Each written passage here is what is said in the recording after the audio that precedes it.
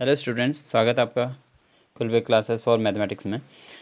देखो दोस्तों, हमने पहले भी इसमें किया था, माध्यक पर चर्चा की थी। तो माध्यक होता है कि अगर हम आंकड़ों और प्रेक्षणों को आरोही क्रम में या अवरोही क्रम में व्यवस्थित करें तो जो संख्या सबसे बीचों बीच में प्राप्त होती है उसको हम कहते हैं माध्यक कहते हैं। तो यहाँ पर हमने वो उदाहरण वही लिया है जो माध्य के लिए लिया था। तो आप पिछली वीडियो को हमारे देख चुके होंगे। तो आरोही क्रम में व्यवस्थित करने पर देखिए हमारे पास यहाँ पर संख्या हो जाती हैं 2, 3, 3, 5, 7, 8 और 11। तो यहाँ पर आप देख रहे हैं क्योंकि हमारे पास टोटल आंकड़े हैं 7। तो इन 7 आंकड़ों में से अगर हम 3 आंकड़े इधर छोड़ दें और 3 इधर छोड़ दें तो बीचों बीच में हमारी संख्या प्राप्त हो रही है वो 5 है। तो यहाँ पर लेकिन ऐसा आप तब करोगे जब आप सीधे आंकड़ों को नहीं लोगे। आपने क्या करना है, आंकड़ों को पहले क्या करना है, व्यवस्थित करना है।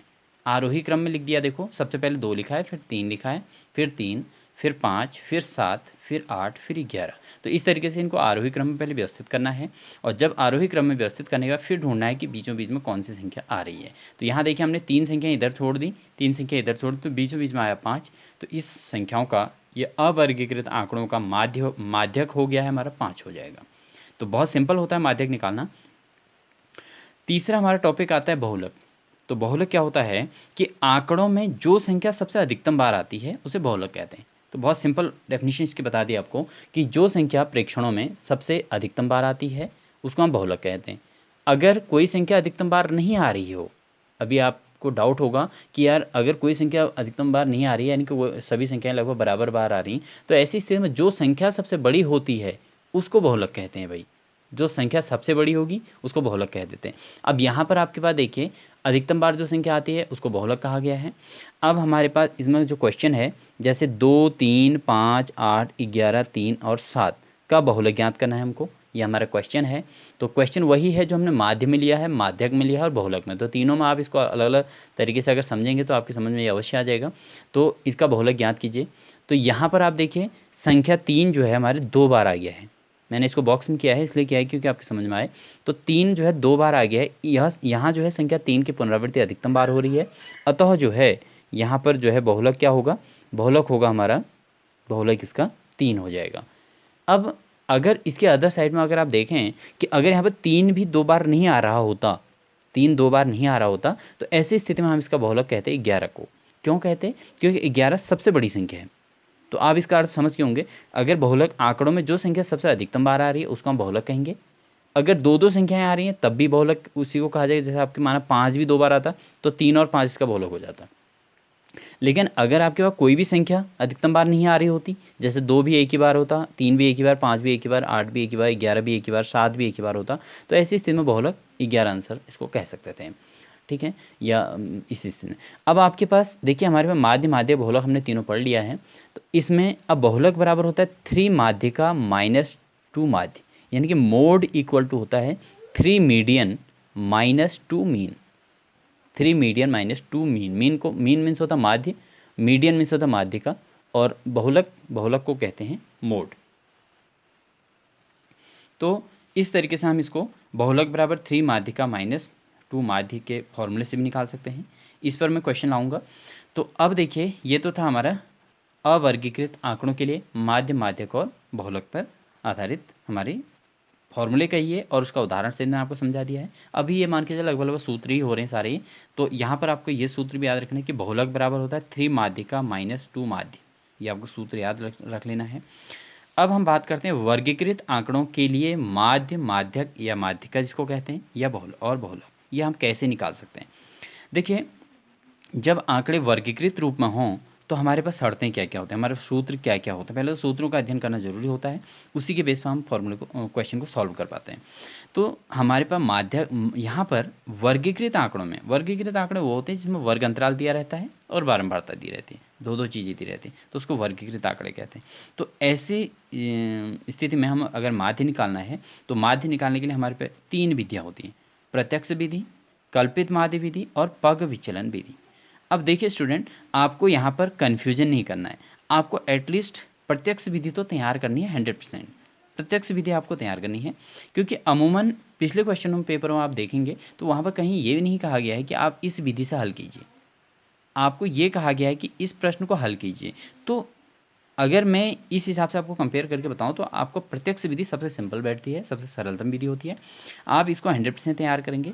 कल्पित माध्य विधि और पग विचलन विधि एडिशनल हैं, तो आप इसको तैयार कर भी सकते हैं, नहीं भी कर सकते हैं, क्योंकि पेपर में कभी ये नहीं पूछा गया है कि कल्पित माध्य विधि से हल कीजिए या पग विचलन विधि से हल कीजिए।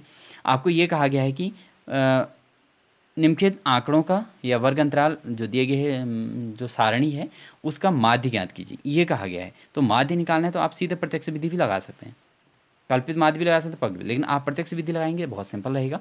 तो प्रत्यक्ष विधि से माध्य का सूत्र होता है x bar is equal to sigma f i x i upon sigma f i, ये प्रत्यक्ष विधि का सूत्र है। कल्पित माध्य विधि से अगर आप फाइंड करेंगे तो हमारा माध्य का सूत्र होता है x bar is equal to a plus sigma f i d i upon sigma f i. यहाँ पर जो डी आई है वो एक्स माइनस ए होता है, और दूसरा ए जो होता है यहाँ पर कल्पित माध्य होता है। तीसरा पग विचलन विधि, पग विचलन विधि में x bar is equal to a plus sigma f i u i upon sigma f i और इंटू एच होता है, जहाँ यू आई इज इक्वल होता है एक्स आई माइनस ए और अपॉन होता है एच। ठीक है, ये u i is equal to क्या होता है फॉर्मूला, यू आई अगर आपको निकालना है तो आपको क्या करना है, देखो यहाँ डी आई निकालने के लिए आपने किया था एक्स आई माइनस ए किया था, तो यहाँ पर हमारे पास यू आई निकालने का भी वही तरीका है। यू आई के लिए एक्स आई माइनस ए को एच से डिवाइड कर देना है। अगर इसी वैल्यू को रख के ऐसे एच कैंसिल कर दे तो हमारे यही फॉर्मूला प्राप्त हो जाता है। तो कोई ऐसा बहुत इनमें कंपेरेटिव नहीं है। आपको प्रत्यक्ष विधि तो 100% तैयार कर लेनी चाहिए, क्योंकि प्रत्यक्ष विधि से आप सॉल्व कर दोगे तो आपका आंसर वही निकलेगा जो आप कल्पित माध्य से निकालेंगे चाहे पग विचलन से निकाल दें। तो किसी भी प्रश्न का माध्य निकालने के लिए आपको तीनों विधियों से आंसर समान आने वाला है। आप इसको पॉज करके इन नोट्स को लिख सकते हैं, रिटर्न फॉर्म में इसको तैयार कर लीजिए और चैनल को लाइक और सब्सक्राइब कर लीजिए, क्योंकि सब्सक्राइब करने से ऑल बटन पर क्लिक कर लीजिए, क्योंकि इससे क्या होगा कि इससे कंटिन्यू जो आपकी नोटिफिकेशन आएंगी, क्योंकि मैं इसके लिए पूरे बोर्ड परीक्षा की तैयारी कराने वाला हूँ। लास्ट मोमेंट में मेन एग्जाम की तैयारी करा रहा हूँ, मेन क्वेश्चंस की तैयारी कराऊंगा, तो आपको इस हिसाब से इनके नोट्स भी तैयार करने हैं और नोटिफिकेशन कंटिन्यू नोटिफिकेशन के आधार पर आपको कंटिन्यू इसकी स्टडी भी करनी होगी। अगर आप एक महीने इस लगातार क्लासेस को अटेंड करते हैं तो आपका 100% आपके 90 से प्लस मार्क्स तो मैथमेटिक्स में आएंगे ही आएंगे। तो ये आपके माध्य के 3 विधियाँ थी। अब बात आती है प्रत्यक्ष विधि, तो आप कर लेंगे, क्योंकि प्रत्यक्ष विधि में आपका सीधे सीधे सिंपल फॉर्मूला है sigma f i x i upon sigma f i, ये आपका फॉर्मूला हो गया। तो इसको आप इसको यूज़ करेंगे। एक्साइज में होता है मध्यमान होता है, मध्य बिंदु जिसको कहते हैं। एफ आई होता है बारंबारताएं, तो एफ आई और एक्स आई को जब गुणा कर देते हैं तो बट्टे एफ आई से भाग कर देते हैं तो पता निकल जाता है आंसर, माध्य निकल जाता है। मैं इसके क्वेश्चन कराऊंगा। दूसरा हमारा टॉपिक आता है इसी में माध्यक। तो माध्यक निकालने का एकमात्र सूत्र है l plus n by two minus c f upon f into h. तो एल होता है इसमें बारंबारता वर्ग में न्यूनतम सीमा होती है, एन बाई टू बारंबारताओं का योग बट्टे 2 होता है, सी एफ जो होता है संचयी बारंबारता होती है, अपॉन एफ मतलब एक बारंबारता को एक रैंडमली एक लिया जाता है, वो हम फॉर्मूले के अकॉर्डिंग जो क्वेश्चन बनाएंगे तो उसमें आपको बता देंगे, इंटू एच। एच होता है उच्चतम सीमा माइनस निम्नतम सीमा। ठीक है, यानी कि upper limit minus lower limit, कोई भी अंतराल में से आप घटा के निकाल सकते हैं। तीसरा हमारा आता है बहुलक। बहुलक का जो फॉर्मूला होता है l plus F one minus F zero upon two F one minus F zero minus F two और इंटू एच। तो ये L plus F one minus F zero upon two F one minus F zero minus F two into H. यहाँ पर आपके F one जो होता है वो बारंबारताओं में सबसे बड़ी संख्या। तो मैं आपको बहुलक की डेफिनेशन ऊपर भी बता रहा था कि अगर आपके पास कहीं पर भी कोई भी संख्या बार बार नहीं आ रही है, यानी कि सारी संख्या एक एक बार ही आ रही हैं, तो ऐसी स्थिति में आपको घबराना नहीं है कि बहुलक क्या लिखा जाए। इसमें बहुलक होता है जो सबसे बड़ी संख्या होती है, तो वहाँ पर अगर ऐसा हो तो 11 बहुलक बन सकता है। यहाँ पर भी आप देख सकते हैं F1 लिया जाता है, वो बारंबारता में सबसे बड़ी संख्या होगी। अगर इनको आप बारंबारता लेके चलें, लेकिन इसमें वर्ग अंतराल नहीं है, तो अगर ऐसी संख्या बारंबारता में हो तो सबसे बड़ी संख्या 11 को हम F1 कहेंगे। तो वही मैं यहाँ पर आपको समझा रहा था। दूसरा F2 सॉरी F0, F0 का मतलब F1 से ऊपर वाला, यानी कि 0 पहले आएगा तो F1 से पहले वाला F0 कहलाएगा, और F1 के बाद वाला जो होगा उसको कह देंगे हम F2। तो ये हम वैसे तो न्यूमेरिकल में करेंगे, लेकिन वैसे आप समझ लीजिए कि वर्ग अंतराल, आपको वर्ग अंतराल तो दिया रहेगा इतने से इतना, इतने से इतना, लेकिन उसके बगल में जो बारंबारताएं दी रहेंगी दूसरे वाले में, उन बारंबारताओं में जो सबसे बड़ी संख्या होगी उसके आगे आप F1 लिख दोगे, और उसके पहली संख्या जो उसके ऊपर वाली संख्या, पहली संख्या जो कहेंगे हम उसको F0 कह देंगे, और जो F1 के नीचे वाली संख्या होगी उसको F2 कह देंगे। तो ऐसे कर इस तरीके से आप इनके मान इनको निकाल सकते हैं।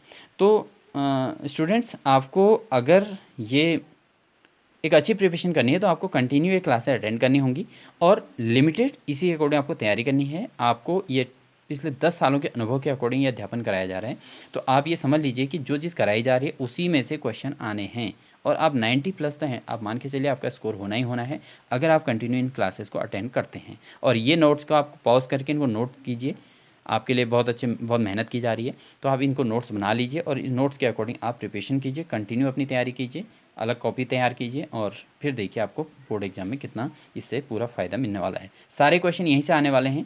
आपका 6 नंबर की तैयारी हो रही है, 6 कम से कम 6 से लेकर 8 या 9 नंबरों के बीच की तैयारी हम इसमें करने वाले हैं इस टॉपिक के अंदर। तो सांख्यिकी इसके क्वेश्चन को आपको बिल्कुल बर्बाद नहीं करना है, छोड़ना नहीं है। तो ऑल द बेस्ट आपको। मैं नेक्स्ट वीडियो लेके आऊँगा जिसमें आपके इनके हम न्यूमेरिकल करेंगे।